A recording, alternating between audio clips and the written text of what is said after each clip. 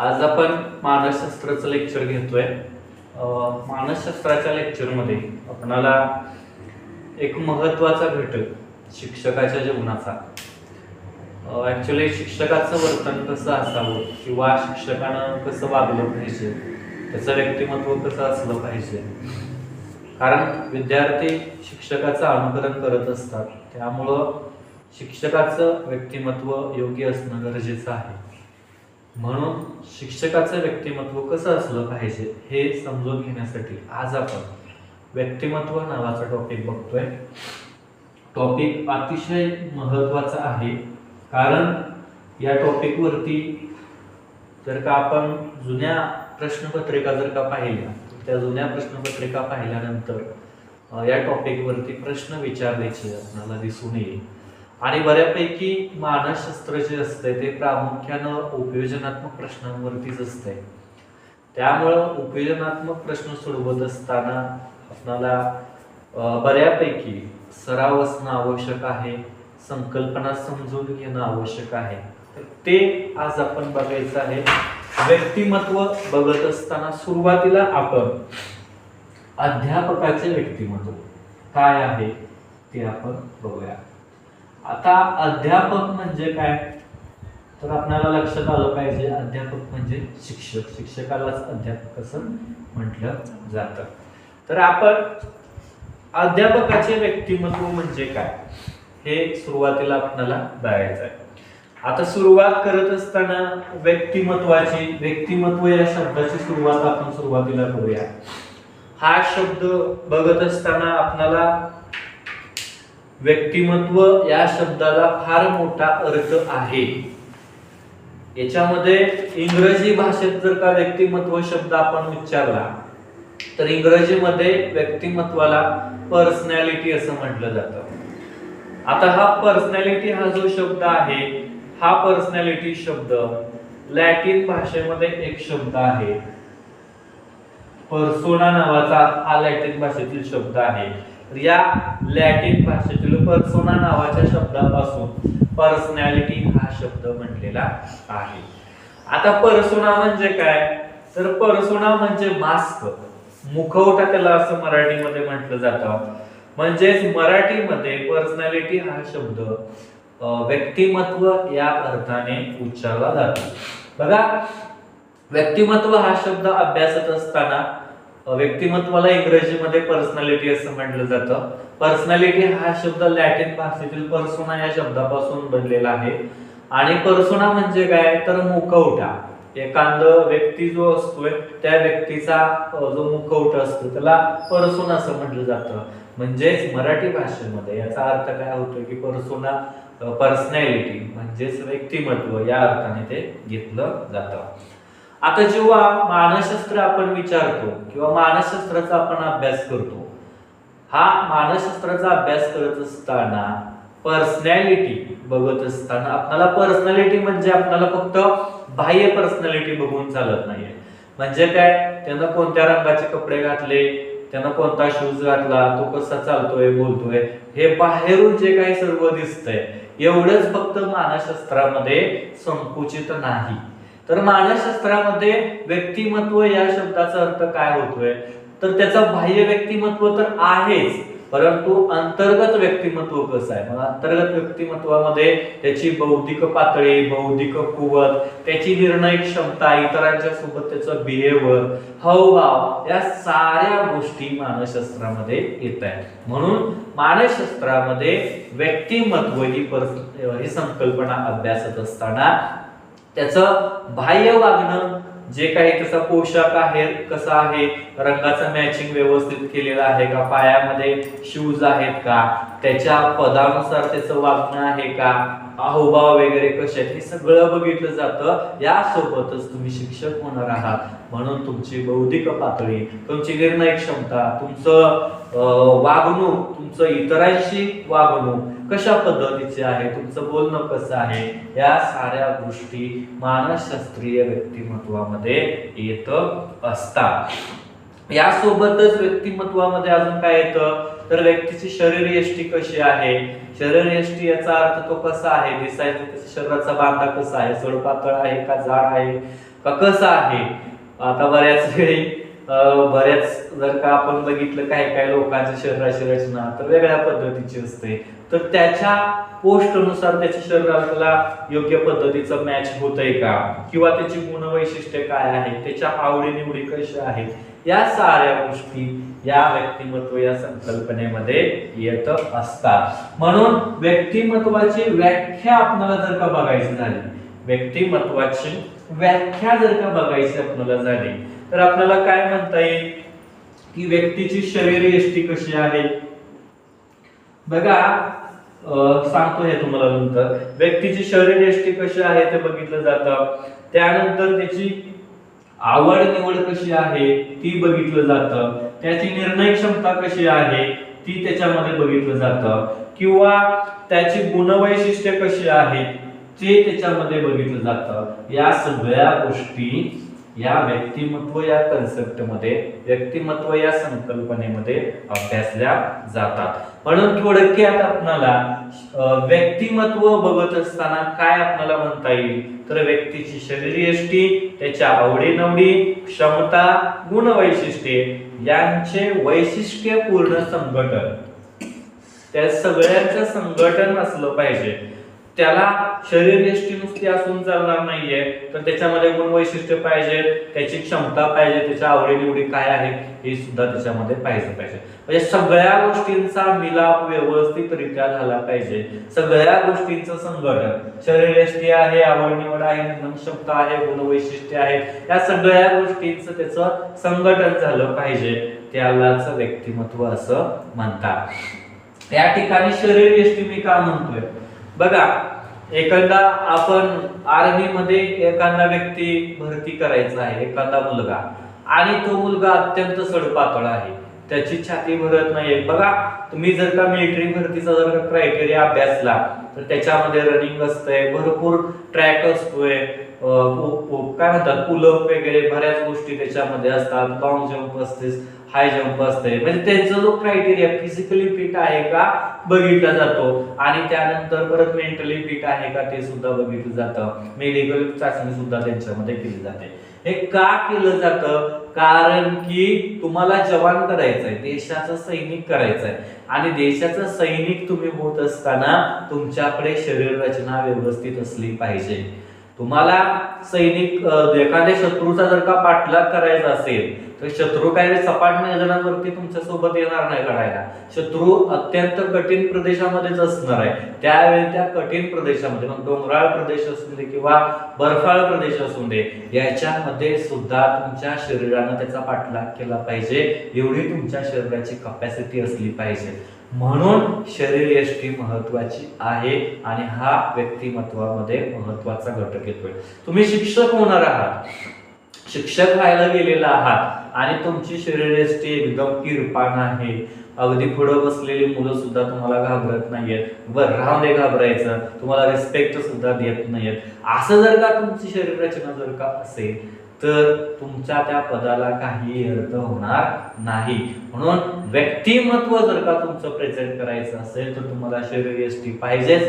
आवड निवड, आता आवड निवड का पाहिजे, समजा तुम्ही शिक्षक व्हायला निघालेला आहात, शिक्षक असल्यामुळे शिक्षकाच्या आवडीनिवडी कशा असल्या पाहिजेत, त्याच दृष्टिकोनातून असल्या पाहिजेत. तुम्हाला वाचनाची आवड असली पाहिजे, तुम्हाला नवनवीन ज्ञान ऍक्सेप्ट करण्याची आवड असली पाहिजे, आणि त्याच्यानुसार तुम्ही साधनांची निवड केली पाहिजे. तुम्हाला शिक्षक व्हायचं आहे आणि तुमच्या आवडीनिवडी कुठे खेळण्यामध्ये असतील, क्रिकेटर होण्यामध्ये असतील, किंवा दुसऱ्या एखाद्या कुठल्या तरी गोष्टीमध्ये असतील, तर तुम्ही त्या तुमच्या पोस्टला, तुमच्या व्यक्तिमत्वाला योग्य न्याय देऊ शकणार नाही. म्हणून व्यक्तिमत्वामध्ये आवड निवड नावाची पण संकल्पना येते. निर्णय क्षमता का म्हणतोय मी, कारण की तुम्ही शिक्षक होणार आहात, पुढे विद्यार्थी आहे, विद्यार्थी वर्गामध्ये भांडण करतोय, दोन मुलांची भांडणं झालेली आहेत, आणि तो दोन मुलं तुमच्या जवळ आलेली आहेत, आणि एक मुलगा सांगतो की सर यानं मला काय केलं, मारलं, किंवा यानं मला पट्टी मारली. त्यावेळी तुम्हाला योग्य पद्धतीचा निर्णय घेता आला पाहिजे.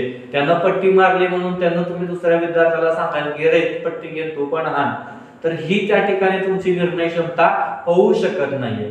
तर त्या ठिकाणी तुम्ही काय केलं पाहिजे की त्या मुलानं पट्टी मारल्या ना तर त्याला तिथून पुढे तुम्ही पट्टी न मारण्यासाठी प्रेरित केलं पाहिजे. पट्टी मारण्यासाठी नसते, त्याचा उपयोग दुसरा असतोय, रेषा मारण्यासाठी असते, मोजमाप करण्यासाठी असते, हे त्याला तुम्ही पटवून दिलं पाहिजे. आणि त्यांची का भांडणं झालेली आहेत ते समजून घेऊन ती भांडणं योग्य मार्गाने तुम्ही मिटवली पाहिजे.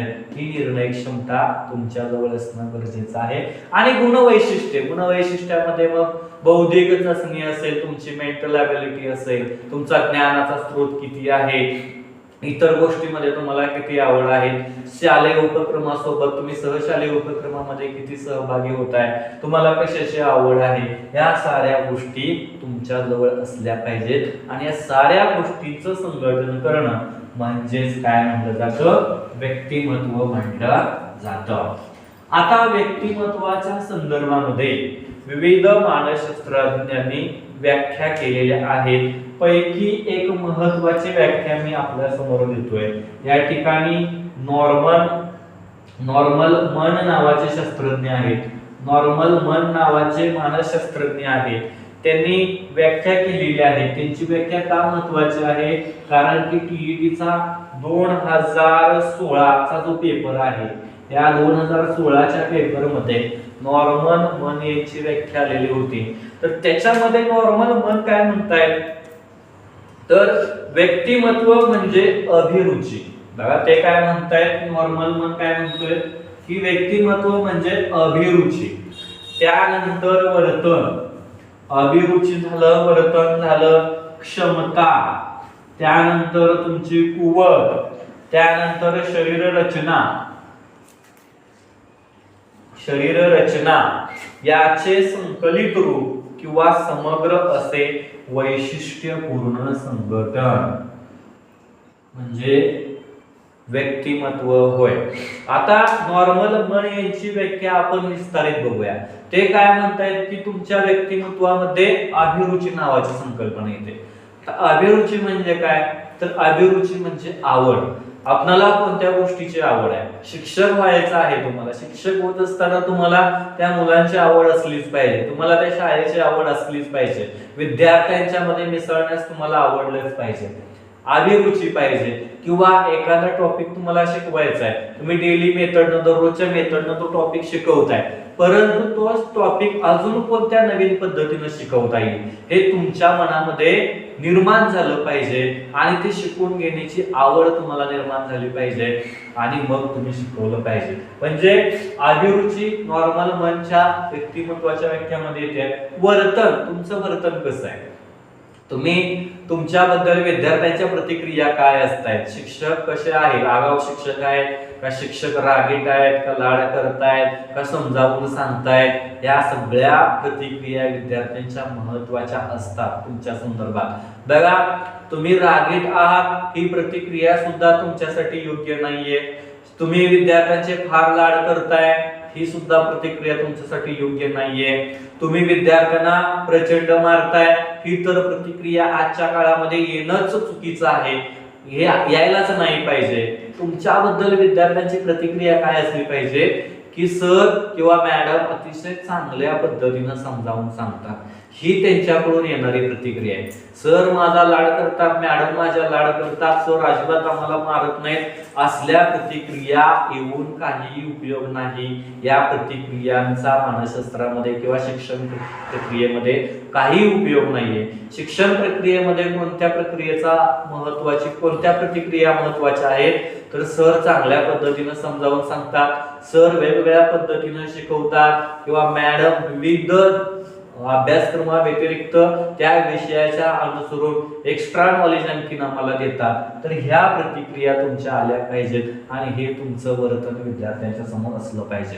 क्षमता, तुमच्याजवळ क्षमता आहे का, पर्सनॅलिटी मध्ये क्षमता शब्द का घातलाय, कारण की तुम्ही उद्या IAS झाला, एखाद्या जिल्ह्याचा कलेक्टर तुम्हाला पद भेटणार आहे, पण ते पद ऍक्सेप्ट करण्यासाठी त्या पदावरती बसण्याची तुमची क्षमता आहे का. कलेक्टर म्हणल्यानंतर संपूर्ण जिल्ह्याचा प्रमुख असतो, जिल्ह्याचा कारभार त्याच्या अंडर चालणार असतो. त्यावेळी संपूर्ण जिल्हा आपण हँडल करू शकतो का, ही क्षमता त्या व्यक्तीजवळ आहे का, ही सुद्धा तपासली पाहिजे. कुवत असणं गरजेचं आहे आणि तुमची शरीर रचना सुद्धा त्या पद्धतीची असणं गरजेचं आहे. एखादा डॉक्टर आहे, डॉक्टरच्या संदर्भामध्ये मी सांगतोय तर डॉक्टर जे असतात ते डॉक्टर शरीराने पूर्ण फिट असतात. कारण की पेशंट ना किंवा समाजातील माणसं जेव्हा त्यांच्याकडे बघत असतात तेव्हा त्यांना त्या लोकांची प्रतिक्रिया अशी असते की बाबा हे डॉक्टर आहेत, डॉक्टर असल्यामुळे त्यांची शरीराची ठेवण वगैरे व्यवस्थित आहे, व्यवस्थित आहार घेतात, एक्स्ट्रा बाहेरचं कुठं काय खात नाहीये, शरीर रचना त्यांची व्यवस्थित आहे. पण एखादा डॉक्टर हो म्हणून जाड असतो आणि त्या अगदी विचित्र वर्तन असतं त्याचं, तसा डॉक्टर जर का लोकांनी पाहिला तर त्याला लोकांची पहिली प्रतिक्रिया येते की त्याला डॉक्टर कोणी केला. सायकॅट्रिकडे जर का तुम्ही गेला, एखादा सायकॅट्रिक जो असतो तो डॉक्टरच असतोय, परंतु सायकॅट्रिकच जर का तावातावानं रागारागानं जर का तुम्हाला बोलत असेल, तुम्हाला तो चांगल्या पद्धतीनं काउन्सिलिंग जर का करत नसेल तर तो सायकॅट्रिक होऊ शकत नाहीये. म्हणून त्याच्यासाठी तुमची शरीर रचनेमध्ये मग तुमची मानसिक क्षमता सुद्धा तपासली जाते. शरीर तर आहे, या साऱ्या गोष्टी तुमच्याकडे असल्या पाहिजेत आणि याचा अभ्यास नॉर्मल मन यांनी चांगल्या पद्धतीनं केला आणि म्हणून त्यांनी व्यक्तिमत्वाची व्याख्या आपल्या समोर प्रेझेंट केली की व्यक्तिमत्व म्हणजे ते असं म्हणतायत की व्यक्तीची शरीर यष्टी, व्यक्तीच्या आवडीनिवडी, त्याच्या क्षमता असतील किंवा वर्तन असेल, कुवत असेल, शरीर रचना असेल, याचं संकलित रूप किंवा संघटित रूप म्हणजे व्यक्तिमत्व होय, अशी नॉर्मल मन यांनी व्याख्या केलेली होती. टीईटीचा पेपर जो 2016 सालचा आहे त्या पेपरमध्ये त्याच्यावरती प्रश्न आल्याचं आपल्याला दिसून येईल. बघा, पूर्णपणे उपयोजनात्मक पेपर अलीकडच्या काळामध्ये येऊ लागलेले आहेत. आता आपल्याला पण माहिती आहे व्यक्तिमत्व म्हणजे काय आहे, परंतु त्या व्यक्तिमत्वाची व्याख्या कोणी केलेली आहे. बघा, व्यक्तिमत्व म्हणजे काय हे आपल्याला माहिती आहे. उपयोजनात्मक प्रश्न असेच असतात जी गोष्ट आपल्याला माहित असते पण ती कोणी मांडलेली असते हे आपल्याला माहित नसतं. एखादी गोष्ट आपल्याला माहित आहे, व्यक्तिमत्व म्हणजे काय हे आपल्याला माहिती होतं, पण प्रश्न काय आलाय, व्याख्या कोणी मांडले. म्हणून अशा पद्धतीचे प्रश्न बघणं गरजेचं आहे. अजून एक मानसशास्त्राचे शास्त्रज्ञ आहेत वॅटसन. तर जेबी वॅटसन काय म्हणतायत ते आपण बघूया. जेबी वॅटसन यांनी सुद्धा मानसशास्त्राची व्याख्या केलेली आहे आणि ही व्याख्या 2018 सालच्या टीईटी मध्ये आलेली आहे. तर ते वॅटसन काय म्हणतायत की व्यक्तीच्या जैविक देणगीपासून, बघा, व्यक्तीच्या जैविक देणगीपासून व्यक्तीचे जीवन जगेपर्यंत केलेली वाटचाल म्हणजे व्यक्तिमत्व. वॉटसनचं मत असं आहे की जन्मापासून, म्हणजे या ठिकाणी साध्या भाषेमध्ये मी सांगतोय जन्मापासून, म्हणजेच व्यक्तीच्या जैविक देणगीपासून, म्हणजे व्यक्तीला जेव्हा जीव मिळाला, म्हणजे त्याचा जीव कधी मिळतो, जन्म झाल्यावरती मिळतो. तर या ठिकाणी त्याच्या जन्मापासून तो पूर्ण जीवन जगेपर्यंत, कुठपर्यंत जीवन जगतो, मरेपर्यंत जीवन जगतो. म्हणजे व्यक्तीच्या जन्मापासून मरेपर्यंत तेवढ्या कालावधीमध्ये त्यानं जी काही वाटचाल केलेली आहे त्यालाच त्यानं काय नाव दिलेलं आहे, व्यक्तिमत्व असं नाव दिलेलं आहे. कोण म्हणतोय, वॅटसन. म्हणजे तुम्ही जन्माला आल्यापासून मरेपर्यंत कशा पद्धतीनं वागताय, राहताय, बोलताय, चालताय, लोकांच्यात कसं मिसळताय, तुमच्या बौद्धिक पातळीचा स्तर कसा आहे, लोकांच्या तुमच्याबद्दलच्या प्रतिक्रिया कशा आहेत, या साऱ्या, तुम्ही इतरांशी कसं वागताय, इतरांना किती मदत करताय, या साऱ्या गोष्टींचा त्याच्यामध्ये समावेश होतो. रतन टाटांचं एक मी नाव तुमच्या समोर घेतोय, नुकतंच त्यांचं निधन झालेलं आहे. पण टाटांचा जन्म झाल्यापासून टाटांचा म्हणजे शेवट होईपर्यंत, मृत्यूपर्यंत त्यांचं संपूर्ण आयुष्य पाहिल्यानंतर आज माणसं टाटांचं नाव आदरानं घेतात. ही त्यांची पर्सनॅलिटी निर्माण झालेली आहे. रतन टाटा म्हणले की त्यांच्याबद्दल आपल्या मनामध्ये आदर निर्माण होतोय. देशभक्ती त्यांची इतकी प्रचंड मोठी होती, देशावरती त्यांचं प्रचंड प्रेम होतं. तर ती व्यक्ती आजही आपल्या मनामध्ये आहे. का आहे? चांगल्या आणखी भावनेनं ती व्यक्ती आजही आपल्या मनामध्ये. माझ्या आयुष्यामध्ये मी रतन टाटांना कधीच भेटलो नाहीये, परंतु आजही रतन टाटा यांचं नाव घेतलं की माझ्या मनामध्ये आदर निर्माण होते. का निर्माण झाला? कारण त्यांच्या जन्मापासून मरेपर्यंत त्यांचं संपूर्ण जे आयुष्य होतं त्या आयुष्यामध्ये त्यांचं जे वर्तन होतं, त्यांची जी पर्सनॅलिटी होती ती माझ्या सहित सर्वांनाच भावलेली आहे.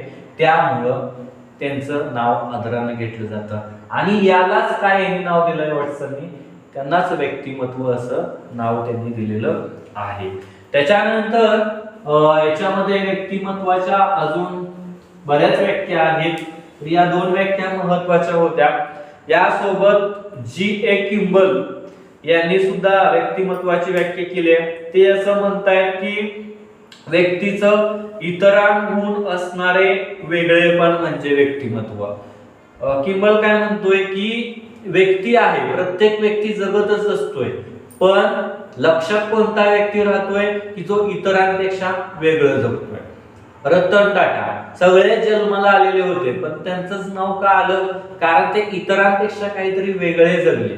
यालाच किंबलनं नाव काय दिलंय? यालाच इतरांपेक्षा जे वेगळ्या पद्धतीने जीवन जगत असतात त्याला त्यांनी काय नाव दिलंय की व्यक्तिमत्व असं नाव दिलंय. त्यानंतर ट्रक्सलरनं पण व्यक्तिमत्वाची व्याख्या केलेली आहे. ट्रक्सलर नावाचा जो शास्त्रज्ञ आहे तो काय म्हणतोय की सामाजिक वातावरणात घडणाऱ्या व्यक्तीच्या वर्तनाची गोळाबेरीज म्हणजे व्यक्तिमत्व होय.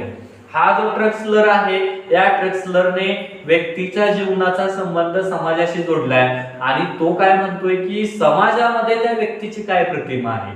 आता मला सांगा, समाजामध्ये एखादा XYZ कोणताही व्यक्ती असेल, एखादा हा कोणतरी व्यक्ती असेल समाजामध्ये, पण समाजामध्ये त्या व्यक्तीला सगळीच माणसं चांगली म्हणतात असं नाही, तर काही माणसं त्या व्यक्तीला वाईट सुद्धा म्हणतात. म्हणजे चांगलं पण त्या व्यक्तीचं बद्दल बोललं जातं आणि वाईट पण बोललं जातं. तर हा जो ट्रक्सलर आहे या ट्रक्सलरचा सिद्धांत काय सांगतोय की त्या व्यक्तीबद्दल समाजामधून ज्या काही प्रतिक्रिया येत आहेत, चांगल्या असतील किंवा वाईट असतील, या प्रतिक्रियांची गोळाबेरीज म्हणजे व्यक्तिमत्व होय.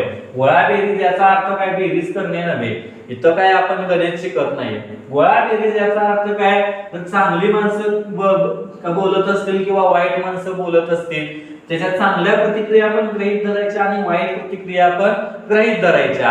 आणि ह्या चांगल्या वाईट प्रतिक्रिया घेऊन ऍक्सेप्ट करून लोकांच्या, समजा एखाद्या व्यक्तीबद्दल 10 माणसं चांगली बोलते तर 2 माणसं वाईट बोलते, तर आपण काय लक्षात घेतो की माणूस चांगला आहे. का चांगला आहे? तर चांगली माणसं बोलणारे त्याला जास्त आहे, त्यालाच गोळाबेरीज असं म्हटलं जातं. म्हणून हा ट्रक्सलरनं या व्यक्तिमत्वाचा संबंध समाजाशी जोडला. समाजामध्ये एखाद्या व्यक्तीला चांगली माणसं कितपत आहेत, चांगली माणसं कितपत बोलतायत, त्याच व्यक्तीला वाईट माणसं कितपत बोलतायत, याच्यावरून ते व्यक्तीचं व्यक्तिमत्व त्यानं ठरवलेलं आहे. त्यानंतर पुढं ऑलपोर्ट नावाचा शास्त्रज्ञ आहे, G.W. ऑलपोर्ट. हा ऑलपोर्टचं व्याख्या इथं महत्वाची आहे. ऑलपोर्टची व्याख्या का महत्वाची आहे? कारण ऑलपोर्टनं काय केलेलं आहे की सर्व मान्यतेची व्याख्या आहे. काय आहे की व्यक्तिमत्व म्हणजे स्वतःच्या परिसराशी व्यक्तीचे जे वैशिष्ट्यपूर्ण समायोजन होते त्याला कारणीभूत असणारी व वर्तनाला चालना देणारी शारीरिक व मानसिक यंत्रणेची गतिशील संघटना होय. ऑलपोर्टचा व्याख्येचा अर्थ काय होतोय? तर व्यक्तीचं जे जीवन आहे, हे जे जीवन आहे, हे जीवन परिसराशी जुळत असताना, परिसराशी समायोजित होत असताना, समजा एखाद्या स्लम एरियामध्ये एखादा व्यक्ती राहत आहे. स्लम एरिया म्हटल्यानंतर आपल्याला माहिती आहे की झोपडपट्टी एरिया असेल, टपोरी मुलं असतील, दहशतीचं वातावरण असेल, तर अशा वातावरणामध्ये पर्सनॅलिटी जर का घडवायची असेल तर तिथं काय केलं जातं? ऑलपोर्टचं मत असं आहे की स्लम एरियामध्ये जर का तुम्ही घडत असाल, तिथं जन्माला आला असाल, तर तिथले जे लोक आहेत तशा पद्धतीनंच तुमची पर्सनॅलिटी होणार. का होणार? कारण की तिथल्या लोकांचं बघून आपल्या पण मनामध्ये तसं वागायची प्रेरणा येणार. याचा अर्थ आपलं शरीर त्यातल्या परिस्थितीशी काय करत असतं, समायोजन करत असतं. म्हणजे स्वतःच्या परिसराशी व्यक्तीचे जे वैशिष्ट्यपूर्ण समायोजन होते. स्वतःच एक वेगळं परिसर होतं, चांगली घरातली माणसं होती, परंतु बाहेरचा जो एरिया आहे त्या एरियामध्ये वावरत असताना तो एरिया त्या मुलानं कॅप्चर केला आणि त्या पद्धतीनं तो वागू लागला. मग त्याच्यासाठी त्याच्या वर्तनाला चालना देणारी शरीरानं पण चालना दिली की बाबा तू अशा पद्धतीनंच बोललं पाहिजे, टपोरीच भाषा बोलली पाहिजे. त्याच्या मनानं पण ते स्वीकारलं की आपण टपोरीच राहिलं पाहिजे. तर हा सगळा जो बदल झाला, हा सगळा बदल म्हणजे व्यक्तिमत्व होय, असा अल्पोर्ट म्हणतोय. अल्पोर्ट याची व्यक्तिमत्वासंबंधीची व्याख्या सर्व संग्राहक व सर्व मान्य आहे आणि ही व्याख्या अल्पोर्टची अतिशय महत्वाची आहे. जेव्हा शिक्षक भरतीची 2017 साली परीक्षा झाली, teacher aptitude and intelligence test, शिक्षक बुद्धिमत्ता व अभियोग्यता चाचणी जेव्हा 2017 साली झाली, थोडक्यात टेट जो आपण म्हणतो ना TAIT, ही पहिली टेट झाली, तेव्हा अल्पोर्ट वरती प्रश्न त्या पेपर मध्ये विचारलेला होता. तर अशा पद्धतीनं व्यक्तिमत्व आपण पाहिलं. आता हे जे व्यक्तिमत्व आहे त्या व्यक्तिमत्वाचे आपल्याला काय बघायचे आहे, वैशिष्ट्ये बघायची आहे. व्यक्तिमत्वाचे वैशिष्ट्य काय असतात, तर पहिलं वैशिष्ट्य काय आहे, सर्वांना व्यक्तिमत्व असतं. व्यक्तिमत्व काय एकाच व्यक्तीला असतं असं नाही.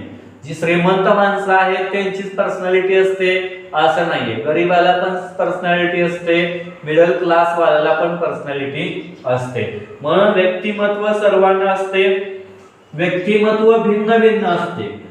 व्यक्तिमत्व कसं असतं, भिन्न भिन्न असतं. भिन्न भिन्न याचा अर्थ काय, सगळ्यांचं व्यक्तिमत्व सारखं नसतं. मला समजा शिक्षणामध्ये आवड असेल तर दुसऱ्याला एखाद्याला खेळामध्ये आवड असेल, एखाद्याला पुढे चित्रपटसृष्टीत अभिनयाची आवड असेल. प्रत्येकाचं व्यक्तिमत्व त्याच्या पद्धतीनं असतं. तिसरा याचं वैशिष्ट्य आहे की व्यक्तिमत्वावरती अनुवंश वंश परंपरा याचा प्रभाव असतो. अनुवंश असेल किंवा वंश परंपरा याचा प्रभाव याच्यावरती असतो. हे का मला सांगायचंय, बघा आपण ऐकलेलं आहे की डॉक्टरचा मुलगा डॉक्टर होतो, वकिलाचा मुलगा वकील होतो, इंजिनियरचा मुलगा इंजिनियर होतो. का होतं असं, अनुवंश, त्याला त्याच्यामध्ये आवड निर्माण होते.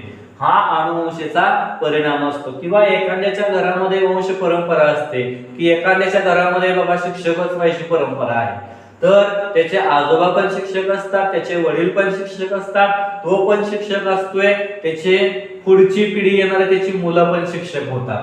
म्हणजे हे वंश परंपरेचा सुद्धा प्रभाव त्याच्यावरती पडत असतो. त्यानंतर गुणधर्म व वैशिष्ट्यांचा गुणसंचय.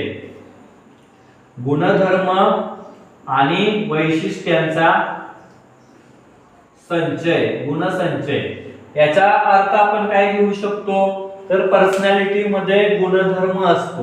म्हणजे गुणधर्म असेल किंवा गुणवैशिष्ट्य असतील प्रत्येकाचे, प्रत्येकाला भिन्न भिन्न असतात, प्रत्येकाचे गुणधर्म वेगळे असतात, प्रत्येकाची गुणवैशिष्ट्य वेगवेगळी असतात. आणि सगळ्यात महत्त्वाचं म्हणजे व्यक्तिमत्व हे विकसनशील असतं. म्हणजे सातत्यानं त्याचा विकास होत असतो, कंटिन्युअसली प्रोसेस असते. व्यक्तिमत्व कधीच विकसित होत नाही. विकसित होणे म्हणजे परिपूर्ण होणे. माणसाचं व्यक्तिमत्व कधीच परिपूर्ण होत नाही. रतन टाटा या वयामध्ये सुद्धा, आता त्यांनी इतकं आयुष्यामध्ये कमवलं, सगळीकडे मान सन्मान मिळाला, त्यांना सगळीकडे मान सन्मान मिळालेला आहे, मोठं इंडस्ट्रियल नाव झालेलं आहे. टाटा स्टीलच्या माध्यमातून तो बुर्ज खलिफा असेल ते सुद्धा त्यांचं स्टील वापरलेलं आहे. इतकी मोठी व्यक्ती असताना सुद्धा अगदी या वयामध्ये सुद्धा नवीन काहीतरी आपल्याला शिकलं पाहिजे म्हणून काय म्हणलं जातं, ते सोशल मीडियावरती सुद्धा ते अलीकडच्या काळामध्ये त्याचा वापर करण्यास त्यांनी सुरुवात केली होती.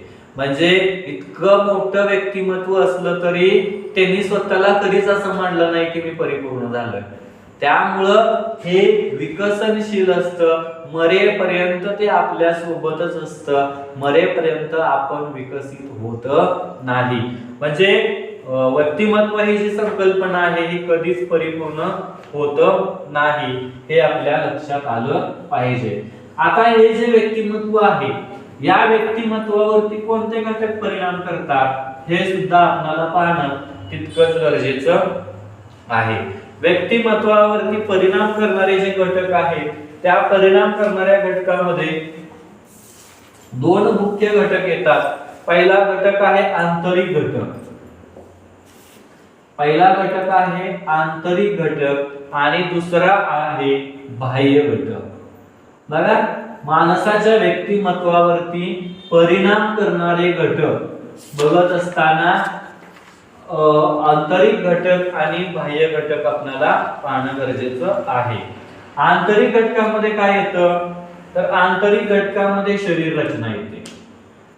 प्रत्येक व्यक्तीची शरीराची रचना असते ती आपल्या शरीरावरतीच असते, त्यामुळे ती अंतर्गत घटकामध्ये येते. त्यानंतर प्रेरणा असेल, त्यानंतर त्याला अभिरुची आहे म्हणजे आवड कशामध्ये आहे हे त्याच्यामध्ये येतं. त्यानंतरची पुढची आहे अभिवृत्ती. नुसती आवडच असून चालत नाहीये, तर ती आवड पूर्ण करण्यासाठी तुम्ही कोणत्या पद्धतीचं कार्य करता त्याला अभिवृत्ती असं म्हटलं जातं. त्यानंतर विचार क्षमता याच्यामध्ये येते, प्रत्येकाची विचार क्षमता असते. त्याच्यानंतर बुद्धिमत्ता याच्यामध्ये येत असल्याचे आपल्याला दिसून येतं. त्यानंतरचं पुढं अभियोग्यता ही सुद्धा पर्सनॅलिटीवरती परिणाम करते. त्याच्यानंतर अभियोग्यता झाल्यानंतर अंतःस्राव ग्रंथी, सूक्ष्म क्षमता आणि अनुवंश या पण गोष्टी याच्यामध्ये येत असतात. म्हणजे व्यक्तीच्या जीवनाचे जे आंतरिक घटक आहेत ते आंतरिक घटक व्यक्तिमत्वावरती परिणाम करत असतात. त्याच्यामध्ये शरीर रचना, जवान व्हायचं आहे आणि किरमिरीत आहे चालणार नाहीये, शरीर रचना तिथं योग्यच पाहिजे.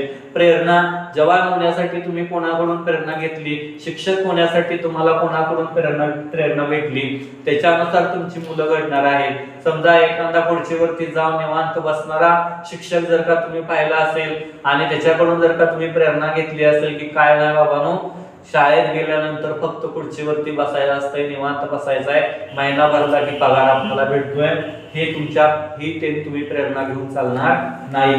तुम्हाला अभिरुची आहे का, शिकवण्याची आवड आहे का, तर शिकवण्याची नुसती आवडच असून चालत नाही, तर तुम्ही कशा पद्धतीने शिकवताय ती अभिवृत्ती. मग तुमची विचार प्रक्रिया कशी आहे, तुमची बुद्धिमत्तेची कुवत आहे का, अभियोग्य तुम्ही आहात का, तुम्ही योग्य आहात का त्या पदासाठी, आणि तुमचा अनुवंश कसा आहे, हे आंतरिक घटक व्यक्तिमत्वावरती परिणाम करत असतात. तर बाह्य घटकामध्ये कोणता घटक येतो, पहिल्यांदा आपली फॅमिली येते, कुटुंब.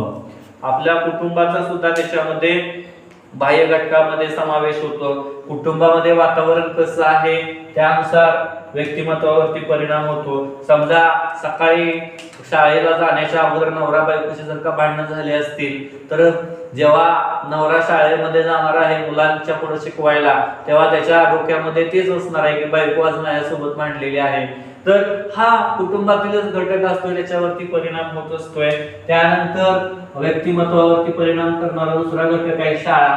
शाळामध्ये गेलाय, तुमची शाळा जर का अट्रॅक्टिव्ह असेल तर चांगल्या पद्धतीने तुम्ही शिकवाल, परंतु तीच तुमची शाळा जर का एखादं पत्र्याचं शेड असेल, एकच खोली असेल, खाली शेणानं सारवून काढायचं असेल, अगदी विदारक परिस्थिती, पंखा नाहीये, लाईट नाहीये, एक टेबल आहे तो पण कसा तरी मोडका तोडका आहे, एकच खुर्ची आहे, पुढं 5-7 मुलं आहेत, विदारक परिस्थिती आहे, शाळेच्या भिंती पत्र्याच्या आहेत, पत्रा चिरलाय, त्याला छिद्र पडलेले आहेत, असं जर का वातावरण असेल तर तुमच्या व्यक्तिमत्वावरती परिणाम होणार की तुम्हाला त्या शाळेमध्ये जाण्याबद्दल इच्छा सुद्धा होणार नाहीये. पुढचा घटक आहे तो म्हणजे समाज. आजूबाजूचा समाज कसा आहे हा सुद्धा तुमच्या व्यक्तिमत्वावरती परिणाम करणारा घटक आहे. परिस्थिती, भौगोलिक परिस्थिती, शेजारचे मित्र परिवार कसे आहेत, तुमचं शिक्षण कितपत आहे, संस्कृती, वंश परंपरा काय आहे, किंवा तुम्हाला कुणाचा सहवास लाभलेला आहे, वातावरण कसं आहे, आणि तुमच्या जवळ असणारी प्रभावी प्रसार माध्यम कोणती आहेत, तर त्याचा सुद्धा परिणाम आपल्या व्यक्तिमत्वावरती होत असतो. तर अशा पद्धतीने व्यक्तिमत्वावरती परिणाम करणारे जे घटक आहेत त्याच्यामध्ये आंतरिक घटक आणि बाह्य घटक हे दोन घटक आपण अभ्यासलेले आहेत. त्याच्यावरती प्रश्न येऊ शकतो की खालीलपैकी कोणता घटक शिक्षकाच्या व्यक्तिमत्वावरती बाह्य परिणाम करत असतो. तर त्यावेळेला आपल्याला योग्य पर्याय निवडता आला पाहिजे. याच्या नोट्स आपण दिलेल्या आहेत तुम्हाला किंवा ह्याच्या नोट्स आपण देतोय, तर त्या नोट्स मध्ये आपण अगदी डिटेल्स दिलेलं आहे. आता व्यक्तिमत्वाचे आपल्याला प्रकार बघायचे आहेत आणि व्यक्तिमत्वाचे प्रकार अभ्यासत असताना याच्यामध्ये प्लेटो नावाचे एक शास्त्रज्ञ आहेत, ग्रीक मधले एक शास्त्रज्ञ आहेत प्लेटो. तर प्लेटो नावाचे जे शास्त्रज्ञ आहेत ते कुठले आहेत तर ग्रीकचे आहेत. तर ते काय म्हणतायत की ते असं म्हणतायत की प्रत्येक बालक व्यक्तीची कार्यक्षमता ही भिन्न भिन्न असते आणि कोणतीही व्यक्ती दुसऱ्या व्यक्तीसारखी नसते. बघा, हे प्लेटोने मांडलेलं तत्वज्ञान योग्यच आहे. प्रत्येक व्यक्तीची आकलन क्षमता, बुद्धिमत्ता भिन्न भिन्न असते, बालकांची बुद्धिमत्ता भिन्न भिन्न असते आणि कोणतीही व्यक्ती दुसऱ्या व्यक्तीसारखी नसते. मानसशास्त्रज्ञांनी विविध क्षमतानुसार दोन गटामध्ये व्यक्तीचं विभाजन केलेलं आहे. त्याच्यामध्ये त्यांनी दोन गटानुसार त्यांनी काय केलेलं आहे, मानसशास्त्रज्ञांनी व्यक्तिमत्वाचं विभाजन केलेलं आहे. म्हणजे जे व्यक्तिमत्व आहे ते प्रकार कोणकोणते आहेत तर दोन घटकामध्ये त्यांनी विभागणी केलेली आहे. पहिला जो प्रकार आहे, पहिलं जे वर्ग तत्व जे आहे ते आहे शरीर रचनेवर आणि दुसरं जे आहे ते आहे गुण वैशिष्ट्यावरती किंवा गुणतत्वावरती. म्हणजे व्यक्तीचं व्यक्तिमत्वाचे जे प्रकार आहेत हे प्रकार दोन गोष्टींवरती डिपेंड आहेत. एक म्हणजे शरीर रचनेवरती एक डिपेंड आहे, त्याच्यानुसार त्याचे प्रकार पडतात आणि दुसरं म्हणजे गुणतत्वावरती, तुमच्या बुद्धिमत्तेवरती, तुमच्या गुण वैशिष्ट्यावरती सुद्धा त्याचे प्रकार पडत असल्याचं आपल्याला दिसून येत आहे. आता हे अभ्यासत असताना आपल्याला वर्ग रचनेवरून किंवा शरीर रचनेवरून जे प्रकार पडत आहेत त्याचा आपण अभ्यास करूया. म्हणजे आपल्याला प्रत्येकाचा अभ्यास करायचाच आहे. पैकी शरीर रचनेवरून कशा पद्धतीचे प्रकार पडतात किंवा त्याची वैशिष्ट्ये काय आहेत ते आपल्याला बघितलं पाहिजे. शरीर रचना किंवा त्याला वर्ग तत्व असं म्हटलं जातं. हे वर्ग तत्व किंवा शरीर रचना काय आहे हे आपण बघूया. आपल्याला एक वैद्यक शास्त्रज्ञ माहिती असेल, त्याचं मी नाव लिहितोय, हिप्पोक्रेटस. हा अत्यंत महत्वाचा आहे वैद्यक शास्त्रामध्ये. जीवशास्त्रामध्ये सुद्धा त्याचं कार्य आहे. जीवशास्त्र म्हणा किंवा वैद्यक शास्त्र म्हणा, मेडिकल सायन्स मध्ये जे मेडिकल सायन्सचे जे विद्यार्थी आहेत, म्हणजे जे डॉक्टरकीला ऍडमिशन वगैरे घेणारे, डॉक्टरकी करणारे जे विद्यार्थी आहेत, तर त्यांच्या जीवनामध्ये याचं महत्व प्रचंड आहे. बघा, याच्यावरती एक प्रश्न हमखास विचारला जातो की वैद्यक शास्त्राचे जे विद्यार्थी असतात, हे वैद्यक शास्त्राचे विद्यार्थी जेव्हा त्यांचा कोर्स कंप्लीट होतो आणि ते डॉक्टर म्हणून बाहेर पडत असतात तेव्हा त्यांना एक शपथ घ्यावी लागते आणि ही जी शपथ असते ती या हिप्पोक्रेटसची शपथ असते.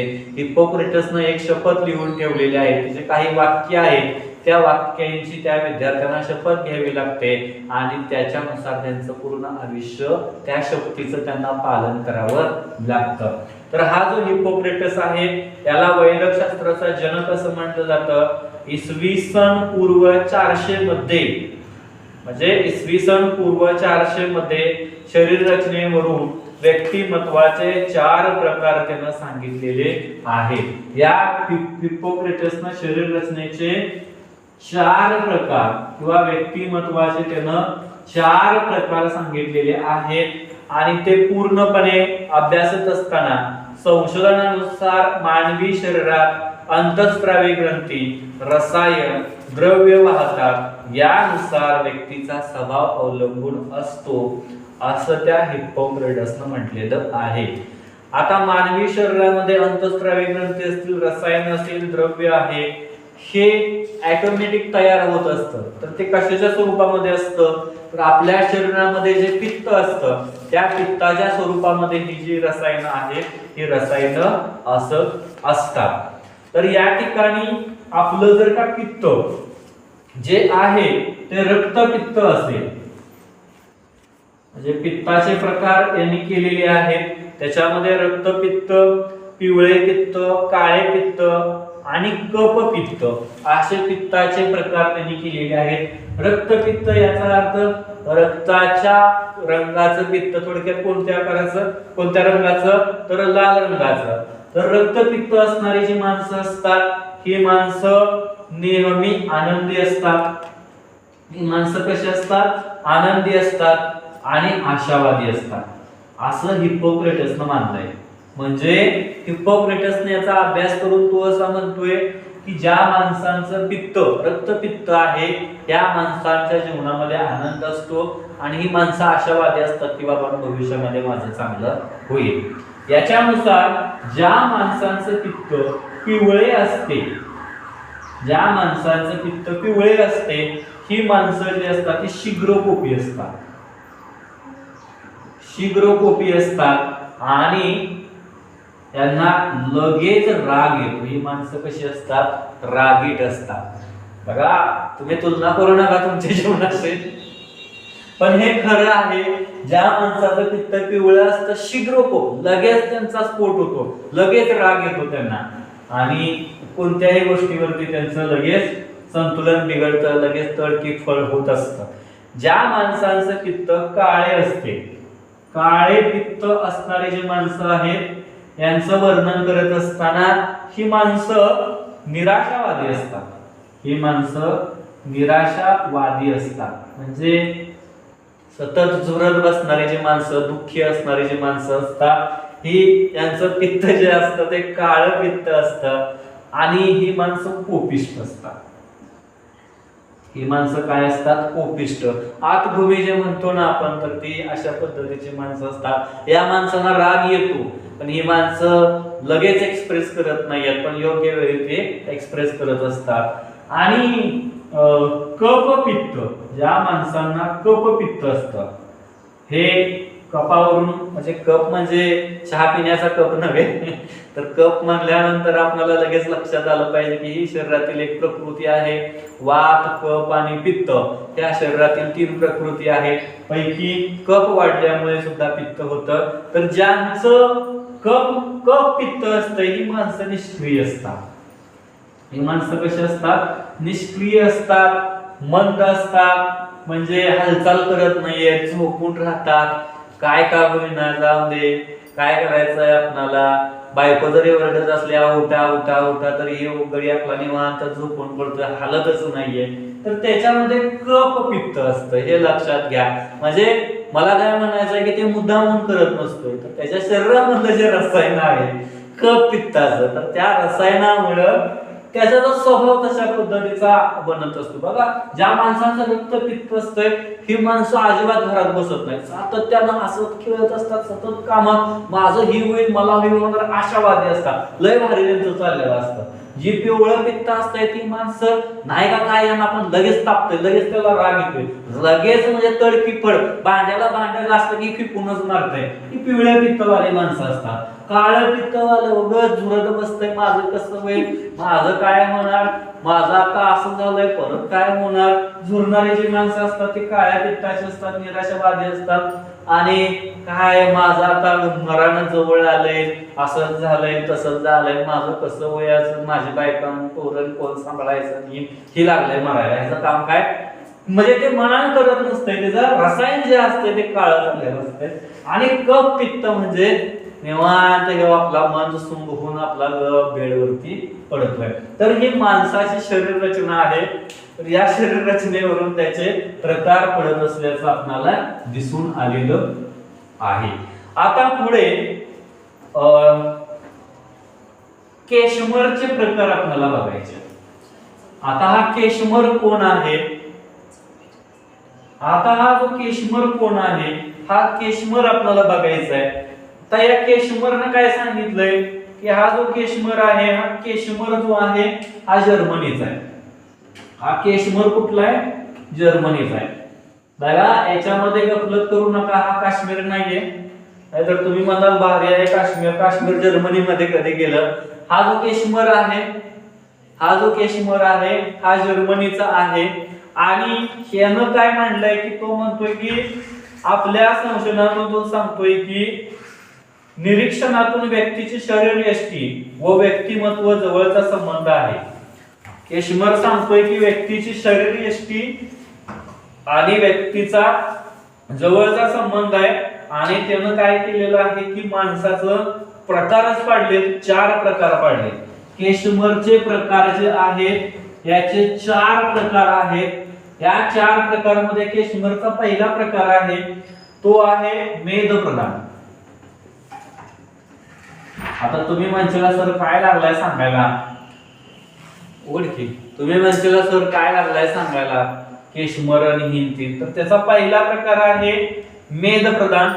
केशमरच्या अभ्यासानुसार ह्या माणसाची जी शरीर रचना असते मेद प्रदानची, तर ते त्यानं त्याचा अभ्यास केलाय आणि तो सांगतोय की यांचं शरीर कसं असतंय? गोलाकार असतंय, गोलाकार असतंय, जाड असतंय, स्थूल असतंय. आता तुम्ही ऐकत आहात सगळे, तर मेद प्रदान याचा अर्थ चरबी जास्त असणारी जी माणसं आहेत हे थोडक्यामध्ये मेद प्रदान मध्ये येतंय. आणि जास्त चरबी असणाऱ्या माणसाकडे आपण बघितल्यानंतर आता हे काय सांगायची गरजच नाहीये, ती माणसं गोलाकार दिसतात, जाड जोड स्थूल आपण बघतोय ते, त्याच्यामध्ये काय जास्त सांगायची गरज नाहीये. तर ह्या व्यक्तींचा जो स्वभाव आहे, या व्यक्तींचा जो स्वभाव आहे हा स्वभाव कसा असतोय बघा. केशमरनं याच्यावरती संशोधन केलंय आणि त्यानुसार तो सांगतोय की ह्या व्यक्ती ज्या असतात ह्या व्यक्ती शांत असतात, म्हणजे विश्रांती घेण्यासारखे असतात, निवांत असतात थोडक्यामध्ये. त्यानंतर ह्या व्यक्ती भोजन प्रिय असतात म्हणजे यांना जेवणाची फार आवड असते, भात तर त्यांना फार आवडतो. त्यानंतर ह्या व्यक्ती ज्या असतात ह्या व्यक्ती म्हणजे शांतच असतात, फक्त नवऱ्यासोबत त्या व्यक्ती भांडत असतात. तर हे केशमरचं विधान इथं फक्त मी ऍड करतोय, कारण की नाहीतर त्या सगळ्यांच्या दृष्टीनं ह्या व्यक्ती अगदी शांत असतात, त्यांना जेवणाची आवड असते, जेवण तयार पण करतात आणि खाण्याची तर जास्त आवड असते आणि निवांत यांचं काम असतं. तर ह्या मेद प्रधान असणाऱ्या, मेद म्हणजे स्निग्ध, स्निग्ध पदार्थ शरीरामध्ये जास्त असणे, स्निग्ध म्हणजे थोडक्यात काय चरबी जास्त असणे, जाडजूड असणारी माणसं. आता केशमरनं दुसरा प्रकार पाडलेला आहे तो आहे स्नायू प्रधान. बघा स्नायू प्रधान किंवा स्नायू प्रधान असेल तर याच्यामध्ये या लोकांचं जे शरीर असतं ते सुडोल असतं, बळकट असतं, बळकट बांधा असतो, चेहरा लांबट असतो. म्हणजे जे स्नायू प्रधान जे असतात ही माणसं काय असतात? परफेक्ट असतात, बॉडी बिडी चांगली असते, बळकट बांधा बिंदा असतो. ह्या व्यक्ती नेहमी उत्साही, खेळकर आणि कृतिशील तसेच आक्रमक सुद्धा असतात. म्हणजे परफेक्ट या व्यक्ती असल्याचं केशमर म्हणतोय. केशमरनं तिसरा प्रकार दिलाय अस्थि प्रधान. आता अस्थि म्हणल्यानंतर हाडे आपल्याला लगेच कळलं पाहिजे, मग याचा अर्थ असा नाही की हाड असणारी माणसं. तर अस्थि प्रधान याचा अर्थ केशमर काय म्हणतोय की हे जे माणसं असतात हे माणसांचं शरीर उंच असतं, वजन कमी, हातापायाची बोटे लांब असतात. म्हणजे अस्थि प्रधान जी माणसं असतात ही माणसं उंचीनं जास्त असतात, शिवाय त्यांचं वजन कमी असतं आणि हातापायांची बोटं लांब असतात. या व्यक्तींचा स्वभाव कसा असतोय तर ह्या व्यक्ती अत्यंत प्रेमळ असतात, प्रेम करणारी, भावनाशील असतात आणि ह्या व्यक्ती अंतर्मुखी असतात. आणि केशमरनं चौथा प्रकार सांगितलेला आहे बेडौल. बेडौल ज्याला डौलच नाहीये अशी त्याची शरीराची रचना. तर यांचं शरीर कसं असतंय? या शरीर रचनेमध्ये शरीराची वैशिष्ट्याची मिश्र समावेशकता असते. बॅडॉल म्हणजे त्याला आकारच नसतोय शरीराला, कसं पण त्याचा आकार असतोय. तर ही जी माणसं असतात ही माणसं अंतर्मुखी सुद्धा असतात, बहिर्मुखी सुद्धा असतात. तर अशा पद्धतीनं केशमरनं 4 प्रकारे शरीराचं वर्णन केलंय.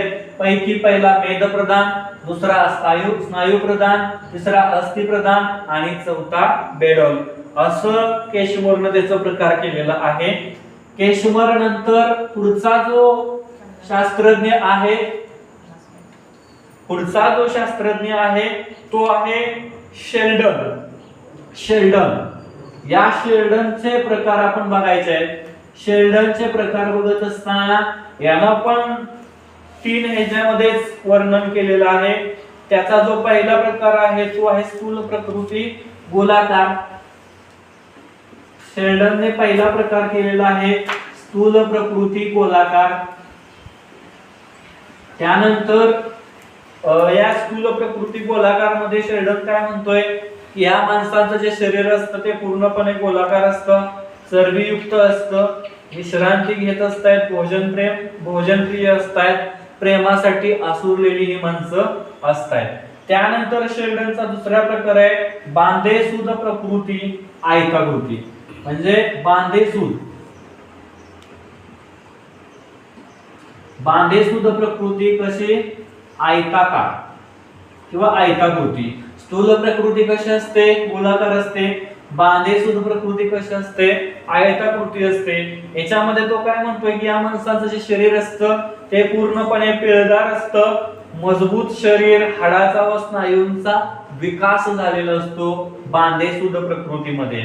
आणि ही माणसं कृतिशील असतात, उत्साही असतात, आक्रमक असतात. ज्याच्या अंगामध्ये ताव असतो, ज्याच्या अंगामध्ये रक्त सळसळत असतं, अशी जी माणसं असतात ती बांधेसूद प्रकृतीची असतात. जी माणसं पाक घायला आलेली असतात, जायाच्या गतीला आलेली असतात, ती माणसं याच्यामध्ये येत नाही. याचा शेल्डनने तिसरा प्रकार सांगितलेला आहे किडकिडीत. आपल्याला माहिती आहे किडकिडीत म्हणजे काय. तर अशी माणसं अशक्त असतात, सडपातळ असतात, उंच असतात आणि या व्यक्तींचा जो स्वभाव आहे तो अंतर्मुखी असतो, एक संयमी असतो किंवा एकल कोंड्या स्वरूपाचा स्वभाव असतो. किडकिडीत माणसं स्वतःचा जास्त विचार करणारी असतात. तर अशा पद्धतीनं आपण आज या ठिकाणी हिपोक्रेटसची रचना बघितली, शरीर रचना, केशमरची बघितली आणि शेल्डनची बघितली. तर या तिघांची ही रचना महत्वाची आहे. या तिघांच्यावरतीही कदाचित प्रश्न कोणावरतीही प्रश्न परीक्षेमध्ये येऊ शकतो, त्यानुसार आपल्याला ते लक्षात आलं पाहिजे.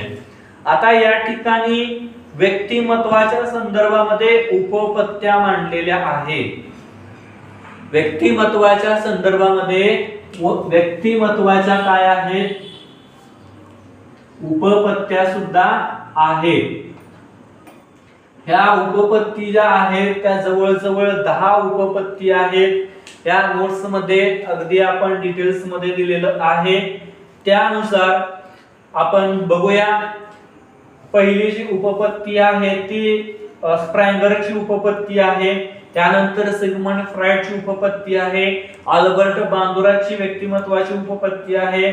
अब्राहम मास्लोची उपपत्ती आहे. आल्पोर्टची उपपत्ती आहे. कार्ल युंगची उपपत्ती आहे. कॅटलची उपपत्ती आहे. गेलफोर्डची उपपत्ती आहे. डोलार्ड व मिलरची उपपत्ती आहे आणि कार्ल रॉजर्सची स्वची उपपत्ती आहे. तर अशा पद्धतीनं व्यक्तिमत्वाच्या जवळजवळ 10 उपपत्ती आहेत. पैकी आपल्याला अब्राहम मास्लोची जी उपपत्ती आहे, अब्राहम मास्लोचा जो मनोरा आहे तो मनोरा एक माहिती आहे. त्या मनोऱ्यावरती बरेचसे प्रश्न आजपर्यंत आलेले आहेत. तर त्याच्या संदर्भामध्ये आपण माहिती आपल्या अगोदरच्या व्हिडिओमध्ये दिलेली आहे, त्या ठिकाणी आहे. तर अशा पद्धतीने व्यक्तिमत्वाच्या या 10 उपपत्त्या आहेत. याच्यावरती जास्त काही प्रश्न आजपर्यंत नाही विचारले, परंतु उपपत्त्यांची फक्त नावं लक्षात ठेवा. त्याच्या ज्या नोट्स आहेत त्या नोट्स आपण देतोय. उपपत्त्यांच्या नावाच्या संदर्भातलं एक पेज आपण तयार करा वहीमध्ये मस्तपैकी. उपपत्ती आणि ती उपपत्ती कोणी मांडली अशा पद्धतीचा एक चार्ट करा, म्हणजे ते आपल्याला चांगल्या पद्धतीनं लक्षात राहील. आता व्यक्तिमत्व शोधिका, पदनिश्चयन श्रेणी, पडताळा सूची, मुलाखती, समाजनीती तंत्र आणि मनोनाट्य तंत्र या सगळ्या गोष्टीच्या माध्यमातून व्यक्तिमत्व कसं आहे याचं मूल्यमापन केलं जातं. आता शिक्षकाची भूमिका व्यक्तिमत्वामध्ये काय असली पाहिजे? बऱ्यापैकी आतापर्यंत जे अभ्यासलं त्याच्यावरती एखादा दुसरा प्रश्न आला तर येईल, पण शिक्षकाची जी भूमिका आहे याच्यावरती प्रश्न निश्चितपणे येण्याची शक्यता आहे. कारण शिक्षकाची भूमिका पर्सनल रिस्पॉन्स मध्ये, उपयोजनात्मक प्रश्नामध्ये हा प्रश्न समाविष्ट केला जातोय आणि तो कशा पद्धतीने येणार आहे तो आपल्याला समजणार नाहीये. तर शिक्षकाची भूमिका बघत असताना व्यक्तिमत्वाच्या बाबतीमध्ये शिक्षकाची भूमिका दुहेरी असली पाहिजे. याच्यामध्ये शिक्षकानं काय केलं पाहिजे की शिक्षकाच्या व्यक्तिमत्वाचा सखोल असा परिणाम विद्यार्थ्याच्या जीवन प्रणालीवरती होत असतो. त्यामुळं शिक्षकानं स्वतःचंही ज्ञान वाढवलं पाहिजे आणि स्वतःचं ज्ञान जर का वाढवलं तर ते वाढवलेलं ज्ञान त्यानं दुसऱ्यांना म्हणजे विद्यार्थ्यांना सुद्धा दिलं पाहिजे. अध्ययनार्थ्याच्या व्यक्तिमत्वावरती सुपरिणाम घडवून आणण्यासाठी शिक्षकाच्या व्यक्तिमत्वात बघा विद्यार्थ्याच्या जीवनावरती अध्ययनार्थाच्या पर्सनॅलिटीवरती चांगला जर का परिणाम घडवायचा असेल तर शिक्षकाचं व्यक्तिमत्व सुद्धा तसं असलं पाहिजे. एखादा शिक्षक जर का शाळेमध्ये 12:30ला येत असेल आणि तो जर का विद्यार्थ्यांना सांगायला लागला की बाळांनो वेळेत शाळेत आलं पाहिजे, 10 वाजता शाळेत आलं पाहिजे, कशी मुलं 10 वाजता शाळेत येतील? कारण की ते त्यांच्या शिक्षकाचं बघत असतात की आपले सर 12:30 वाजता शाळेमध्ये येत आहेत. हा परिणाम विद्यार्थ्यांच्या वरती होत असतो. त्यामुळं शिक्षकाने त्याच्या व्यक्तिमत्वात वक्तशीरपणा, शिस्तप्रियता, प्रामाणिकपणा, नीटनेटकेपणा यांसारखी गुणवैशिष्ट्य वापरली पाहिजे. याशिवाय आपले शिक्षक वेगवेगळ्या प्रसंगी कसे वागतात, त्यांच्यात कोणकोणती गुणवैशिष्ट्ये आहेत हे अध्ययनार्थी म्हणजेच विद्यार्थी अनुभवत असतो व त्यातूनच तो विद्यार्थी शिकत असतो आणि त्याच्या सुद्धा जीवनामध्ये तसाच वागायचा तो प्रयत्न करत असतो. शिक्षकाने स्वतःचे व्यक्तिमत्व संपन्न करण्याचा सतत प्रयत्न केला पाहिजे. आता याच्यामध्ये पुढचा जो घटक आहे तो पुढचा घटक बघत असताना शिक्षकाच्या व्यक्तिमत्वाची लक्षणे काय असली पाहिजे? शिक्षकाचं व्यक्तिमत्वाची लक्षणे काय असली पाहिजे ते सुद्धा आपल्याला पाहणं गरजेचं आहे. त्याच्यामध्ये शिक्षकाच्या व्यक्तिमत्वाच्या लक्षणात काय येतंय तर शिक्षकाचं व्यक्तिमत्व आकर्षक पण असलं पाहिजे आणि शरीर सौष्ठव असलं पाहिजे. बाबा थोडी तरी तब्येत त्याची असली पाहिजे. अगच पाक किरमिरीत झालंय किंवा नाही तर हो म्हणून जाम सुटलाय शिक्षक, त्याला ना खुर्चीवर बसायला ना बसल्यानंतर खुर्ची निघणं, असं काय शिक्षकाचं व्यक्तिमत्व नसावं. त्याचा व्यवस्थित बॉडी मेंटेन असायला पाहिजे, आनंदी असला पाहिजे, शिक्षक समाधानी असला पाहिजे, नम्र असला पाहिजे, सभ्य असला पाहिजे, प्रामाणिक असला पाहिजे, कृतज्ञ असला पाहिजे, विश्वसनीय शिक्षक असला पाहिजे, वक्तशीर असला पाहिजे, व्यवस्थित व नीटनेटका शिक्षक असला पाहिजे, कर्तव्यनिष्ठ असला पाहिजे, सहनशीलता शिक्षकाच्या जवळ असली पाहिजे, क्षमाशीलता शिक्षकाच्या जवळ असली पाहिजे, मनमिळावू प्रेमळ असायला पाहिजे, सहकार्य करणार असला पाहिजे आणि योग्य त्या ठिकाणी निर्भीड आणि सत्यनिष्ठ शिक्षक असायला पाहिजे. तर अशा पद्धतीचं शिक्षकाचं व्यक्तिमत्व आपण पाहणं गरजेचं आहे. आता एक थोडासा छोटासा एक पॉइंट आहे, तो पॉइंट या घटकाशी रिलेटेड येतोय, तो आहे संरक्षण यंत्रणा. डिफेन्स सिस्टम काय जी आहे ती आपल्याला थोडक्यामध्ये बघायची आहे. संरक्षण यंत्रणा जी काय आहे ती आपल्याला बघायची आहे. काय आहे संरक्षण यंत्रणा? तर याच्यामध्ये आपण काय सांगू शकतो तर वर्तनाचे समर्थन करण्याच्या पद्धतींना, मानसिक तंत्रांना संरक्षण यंत्रणा असं म्हणतात. बघा, वर्तनाचे समर्थन करण्याच्या पद्धतींना, मानसिक तंत्रांना काय म्हटलं जातं? संरक्षण यंत्रणा असं म्हटलं जातं. म्हणजेच काय, तर एका व्यक्तीला मन आहे, सन्मान आहे, त्याला इज्जत आहे, सगळं आहे, अनुभव आहे, सगळं आहे, आणि समजा एखादा विद्यार्थी त्याला बोलला आणि बोलल्यानंतर शिक्षकाला प्रचंड राग आला आणि शिक्षक बडबडायला लागला त्या विद्यार्थ्याला. काय झालं, त्यानं आजपर्यंत सगळं मिळवलेलं असतं, तर सगळं मिळवलेलं त्या बडबडण्यानं जातं. म्हणून बाबा बोललंय ना ते विद्यार्थी, ठीक आहे, सहन करायचं. काय बोललंय त्याचा विचार करून त्या प्रश्नाचं अगदी शांततेत उत्तर देणं, याला संरक्षण यंत्रणा असं म्हटलं जातं. मग या संरक्षण यंत्रणेमध्ये कोणकोणते प्रकार आहेत? तर याच्यामध्ये पहिला प्रकार आहे दिवा स्वप्न. याचा पहिला प्रकार काय आहे? दिवा स्वप्न. तर पहिला प्रश्न आहे दिवा स्वप्न, म्हणजे पहिला प्रकार आहे दिवा स्वप्न. दिवा स्वप्न याचा अर्थ दिवा लावायचा आणि स्वप्न बघायचे असा होत नाही. तर काय आहे दिवा स्वप्न? तर जीवनातील इच्छा व स्वप्ने पूर्ण झाली नाहीत तर त्या व्यक्ती दिवसा स्वप्न पाहतात. कल्पनेचे स्वप्नामध्ये आपल्या इच्छा, अतृप्त इच्छा पूर्ण करणे. समजा मला कलेक्टर व्हायचं आहे, पण मी कलेक्टर झालो नाहीये, म्हणून मी रडत बसायचं का? तर नाहीये. मी मनातल्या मनात शांतपणे बाबा स्वप्न बघायचं की मी कलेक्टर झालोय आणि आपली इच्छा पूर्ण करायची. त्याला काय म्हणायचं? दिवा स्वप्न. दुसरा याच्यातला संरक्षण यंत्रणेचा प्रकार काय आहे? समर्थन. दुसरा प्रकार आहे समर्थन. एखाद्या गोष्टीला पाठिंबा देणं म्हणजे समर्थन करणं. समजा शाळेमध्ये एखादी गोष्ट घडलेली आहे काहीतरी, आणि मुख्याध्यापक तक्रार करायला गेलेले आहेत पोलीस स्टेशन मध्ये, तर त्यावेळी मुख्याध्यापकांना त्यांच्या पाठीमागे आपण राहणं गरजेचं आहे, समर्थन देणं गरजेचं आहे.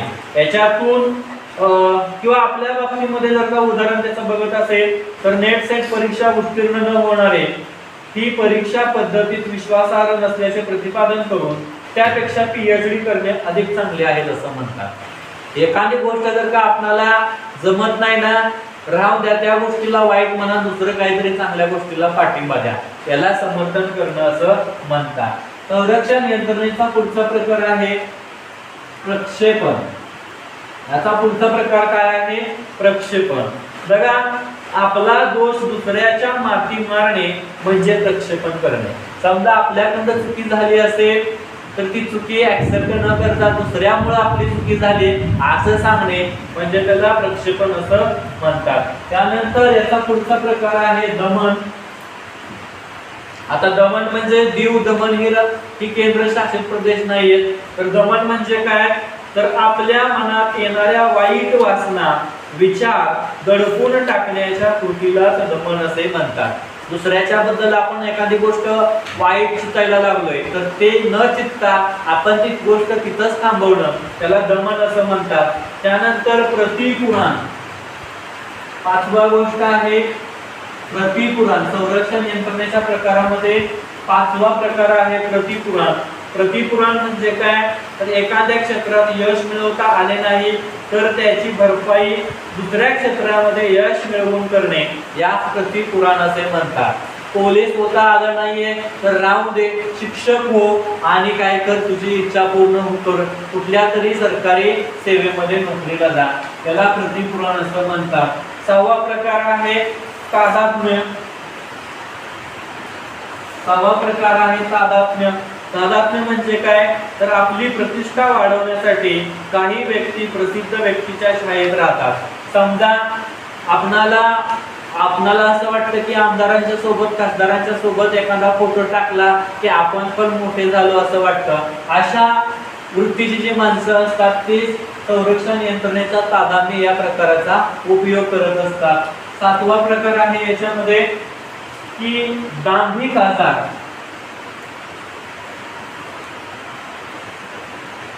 संरक्षण यंत्रणेचा पुढचा प्रकार आहे दांभिक आजार.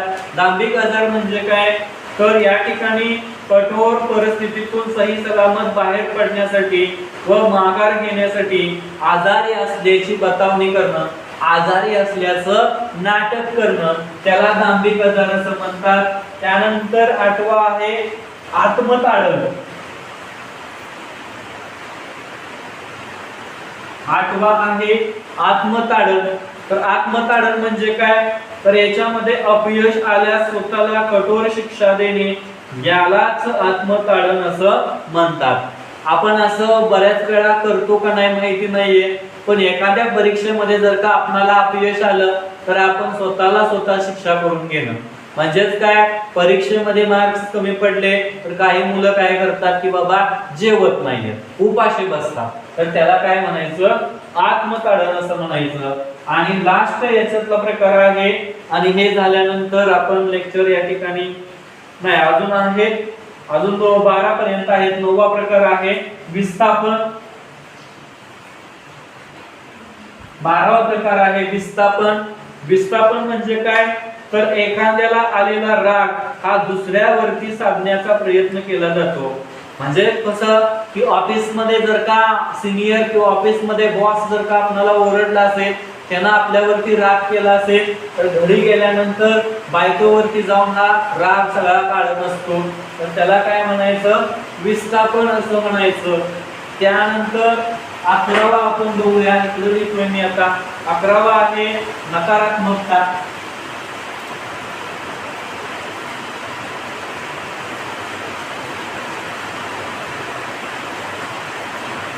नकारात्मकता म्हणजे काय, तर एखाद्या गोष्टीबद्दल पूर्ण निगेटिव्ह विचार करणं. मग याच्यामध्ये असहकार ठेवून काही वेळा समायोजन साधण्याचा प्रयत्न केला जातो. थोडक्यात काय, तर त्याच्यामध्ये सांगत असताना मोबाईल घेतला नाही तर मी बोलणार नाही, अशा पद्धतीची जी वृत्ती असते ती वृत्ती म्हणजे नकारात्मकता. त्यानंतर पुढचा आहे लास्ट आहे तो म्हणजे विकृत श्रद्धा.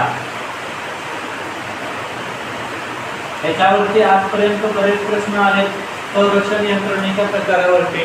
विकृत श्रद्धा म्हणजे काय, तर वाईट मूल्यांवरती विश्वास ठेवणे याला विकृत श्रद्धा असं म्हणतात. काही माणसं असं म्हणतात की मी एवढं चांगलं वागतोय, माझं काय चांगलं होत नाहीये म्हणून मी आता वाईट वागतो. तर असं वाईट वागतो म्हणणारी जी माणसं आहेत त्यांच्यासाठी विकृत श्रद्धा हा संरक्षण यंत्रणेचा प्रकार लागू होतोय, की वाईट वागल्याशिवाय लोक आपल्याला मान देणार नाहीत असा विचार करणं म्हणजेच विकृत श्रद्धा होय. तर अशा पद्धतीनं संरक्षण यंत्रणेमध्ये जे 12 प्रकार आहेत ते 12 प्रकार पाहिलेले आहेत, आणि हे 12 प्रकार व्यक्तिमत्वामध्ये येत असतात.